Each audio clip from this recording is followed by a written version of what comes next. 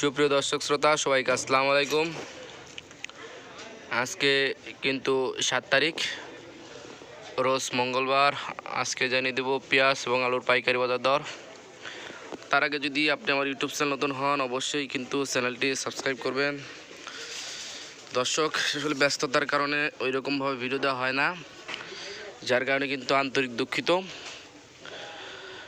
তবে একটা কথা বলে রাখি, বর্তমান সময়ের কিন্তু পেঁয়াজের বাজার ওঠানামা করছে বললেই চলে।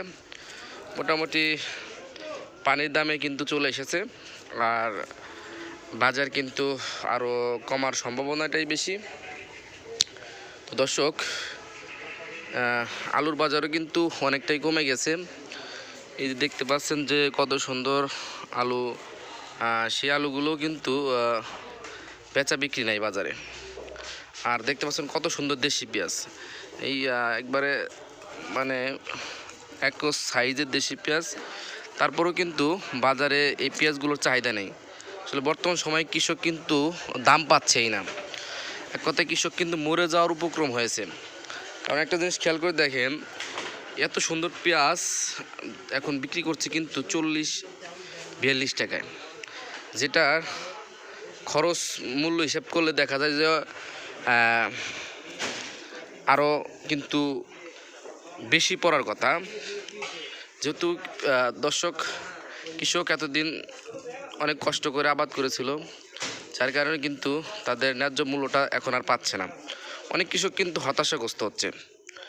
তো আরও কিন্তু পেঁয়াজের বাজার কমতে পারে। আজকে এই এত সুন্দর পেঁয়াজগুলো কিন্তু 40-42 টাকা বিক্রি করা হলো। পাশাপাশি আলুর বাজারও কিন্তু অনেকটাই কম।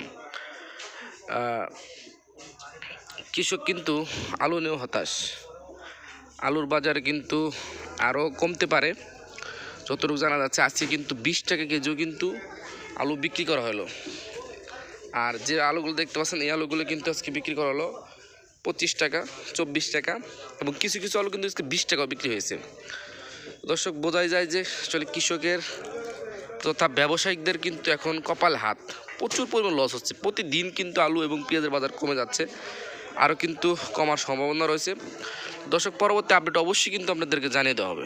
ততক্ষণ কিন্তু অবশ্যই চ্যানেলটি সাবস্ক্রাইব করে পাশে থাকবেন, এবং পেজও থাকলে পেজটি ফলো দিয়ে রাখবেন, এবং ভিডিওটা ভালো লাগলে অবশ্যই শেয়ার করে সবাইকে জানিয়ে দেবেন।